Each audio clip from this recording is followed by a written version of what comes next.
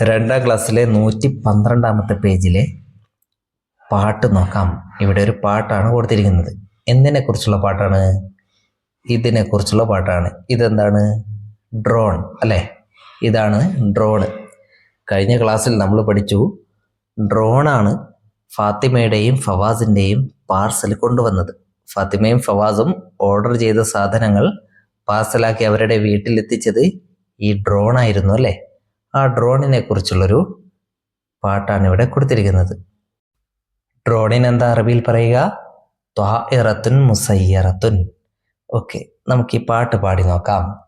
സഫീനത്തുൽ ഹവാഇ തതീറു ഫിൽ ഫളാഇ തസീറു ഫിർ റിയാഹി മബ്സൂതത്തുൽ ജനാഹി മൻദറുഹാ ഫിൽ ജവ്വി കത്വാഇരിൽ മുദവ്വി സഫീനത്തുൽ ഹവാഇ തതീറു ഫിൽ ഫളാഇ. Drone ആകാശത്തിലെ കപ്പലാണ്. Drone പക്ഷിയെപ്പോലെ പാറി നടക്കും എന്നൊക്കെയാണ് ഈ പാട്ടിൽ പറയുന്നത്. ഇനി നമുക്കിവിടെ നോക്കാം. ഇവിടെ 2 പേനകൾ കാണുന്നുണ്ട്. ഒരു പേന നീളമുള്ളതും ഒരു പേന നീളം കുറഞ്ഞതുമാണ്. നീളമുള്ളത് എന്നതിന് അറബിയിൽ എന്താണ് പറയുക? തൊവീലുൻ എന്ന് പറയും. നീളം കുറഞ്ഞതിന് കസീറുൻ. ഇവിടെ വായിച്ചു നോക്കൂ. കലമുൻ തൊവീലുൻ, നീളമുള്ള പേന. കലമുൻ എന്ന് പറഞ്ഞാൽ പേന, തൊവീലുൻ നീളമുള്ള. കലമുൻ തൊവീലുൻ, നീളമുള്ള പേന. ഇനി നീളം കുറഞ്ഞ എന്നതിന് കസീറുൻ. കലമുൻ കസീറുൻ, നീളം കുറഞ്ഞ പേന. കലമുൻ പേന, കസീറുൻ നീളം കുറഞ്ഞ. കലമുൻ കസീറുൻ, നീളം കുറഞ്ഞ പേന. ഓക്കെ, ഇനി ഇവിടെ നോക്കൂ. കോണിയാണുള്ളത് അല്ലേ? കോണിക്ക് എന്താ പറയുക? സുല്ലമുൻ. സുല്ലമുൻ തൊവീലുൻ, നീളമുള്ള കോണി. സുല്ലമുൻ കോണി, തൊവീലുൻ നീളമുള്ള. സുല്ലമുൻ തൊവീലുൻ, നീളമുള്ള കോണി. അടുത്തത് സുല്ലമുൻ കസീറുൻ, നീളം കുറഞ്ഞ കോണി. സുല്ലമുൻ കോണി, കസീറുൻ നീളം കുറഞ്ഞ. സുല്ലമുൻ കസീറുൻ, നീളം കുറഞ്ഞ കോണി. ഓക്കെ, അപ്പോൾ നീളമുള്ള എന്നതിന് തൊവീലുൻ എന്നും നീളം കുറഞ്ഞ എന്നതിന് കസീറുൻ എന്നുമാണ് പറയുക. തൊവീലുൻ എന്ന വാക്കിൻ്റെ ലിദ്ദാണ് കസീറുൻ. എന്താണ് ലിദ്? ഓപ്പോസിറ്റ്, എതിരായ പദം, വിപരീത പദം അല്ലേ? തൊവീലുൻ നീളം കൂടിയ, അതിൻ്റെ നേരെ വിപരീത പദമാണ് നീളം കുറഞ്ഞ.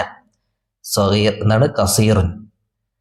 അപ്പോൾ വിപരീത പദങ്ങൾക്ക്, ഓപ്പോസിറ്റ് പദങ്ങൾക്ക് അറബിയിൽ പറയുന്ന പേരാണ് ലിദ്. തൊവീലുൻ്റെ ലിദ് എന്നാണ് കസീറുൻ. കസീറുൻ്റെ ലിദ് തൊവീലുൻ. ഓക്കെ, ഇനി ഇവിടെ നോക്കൂ. ഒരു വലിയ വീടും ഒരു ചെറിയ വീടുമുണ്ട്. വീടിന് ബൈത്തുൻ എന്നാണ് നമുക്കറിയാം. ബൈത്തുൻ വീട്. വലിയ എന്നതിന് എന്ത് പറയും? കബീറുൻ. ചെറിയ എന്നതിന് സഗീറുൻ. ഇനി വലിയ വീട് എന്ന് പറയൂ. അവിടെ വായിച്ചു നോക്കൂ. ബൈത്തുൻ കബീറുൻ, വലിയ വീട്. ബൈത്തുൻ വീട്, കബീറുൻ വലിയ. ബൈത്തുൻ കബീറുൻ, വലിയ വീട്. ഇനി അടുത്തത് ബൈത്തുൻ സഗീറുൻ, ചെറിയ വീട്. ബൈത്തുൻ വീട്, സഗീറുൻ ചെറിയ. ബൈത്തുൻ സഗീറുൻ, ചെറിയ വീട്. ഇവിടെ കബീറുൻ എന്ന വാക്കിൻ്റെ ലിദ്ദാണ് സഗീറുൻ, വിപരീത പദം. സഗീറുൻ എന്ന വാക്കിൻ്റെ ലിദ് കബീറുൻ, വലുത് ചെറുത്. ഇനി അടുത്തത് നോക്കൂ. ഒരു വലിയ ബോളും ഒരു ചെറിയ ബോളുമാണുള്ളത്. കുറത്തുൻ, ബോളിന് എന്താ പറയുക? കുറത്തുൻ. വലിയ ബോൾ എന്നതിനോ? കുറത്തുൻ കബീറത്തുൻ. കുറത്തുൻ ബോള്, കബീറത്തുൻ വലിയ. അടുത്തത് ചെറിയ ബോൾ അല്ലേ? ചെറിയത് എന്നതിന് സഗീറത്തുൻ.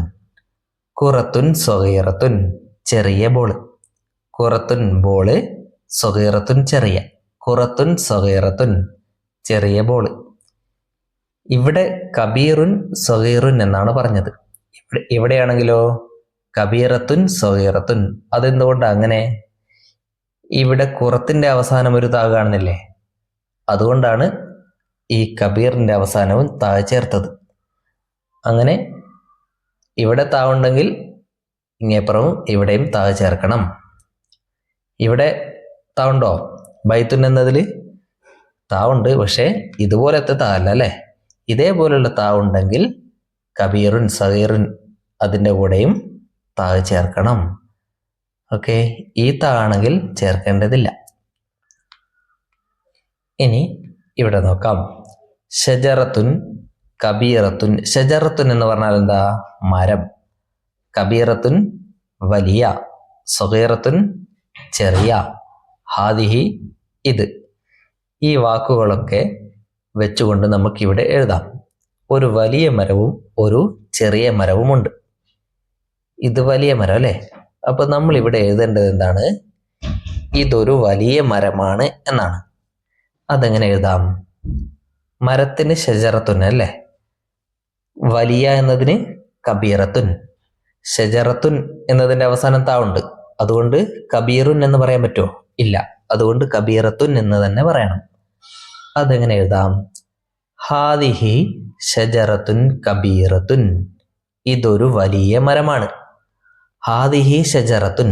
ഇതൊരു മരമാണ്. എങ്ങനെയുള്ള മരമാണ്? കബീറത്തുൻ വലിയ. ഹാദിഹി ഷജറത്തുൻ കബീറത്തുൻ. ഇതൊരു വലിയ മരമാണ്. അതേപോലെ ഇതും എഴുതാം. ഇതൊരു ചെറിയ മരമാണല്ലേ? അപ്പൊ എങ്ങനെ എഴുതും? ഹാദിഹി ഷജറത്തുൻ സഗീറത്തുൻ. ഇതൊരു ചെറിയ മരമാണ്. ഹാദിഹി ഷജറത്തുൻ. ഇതൊരു മരമാണ്. സഗീറത്തുൻ ചെറിയ. ഹാദിഹി ഷജറത്തുൻ സഗീറത്തുൻ. ഇതൊരു ചെറിയ മരമാണ്. ഷജറത്തിൻ്റെ അവസാനം ഇതേപോലുള്ള താ ഉള്ളത് കൊണ്ട് കബീറിൻ്റെയും സഗീറിൻ്റെയും അവസാനം താ ചേർത്തു. ഇനി ഇവിടെ ഉള്ളത് ആനയാണ്. ഒരു ചെറിയ ആനയും ഒരു വലിയ ആനയും. ആനക്ക് എന്താ പറയുക? ഫീലുൻ ആന. കബീറുൻ വലിയ, സഗീറുൻ ചെറിയ, ഹാദ ഇത്.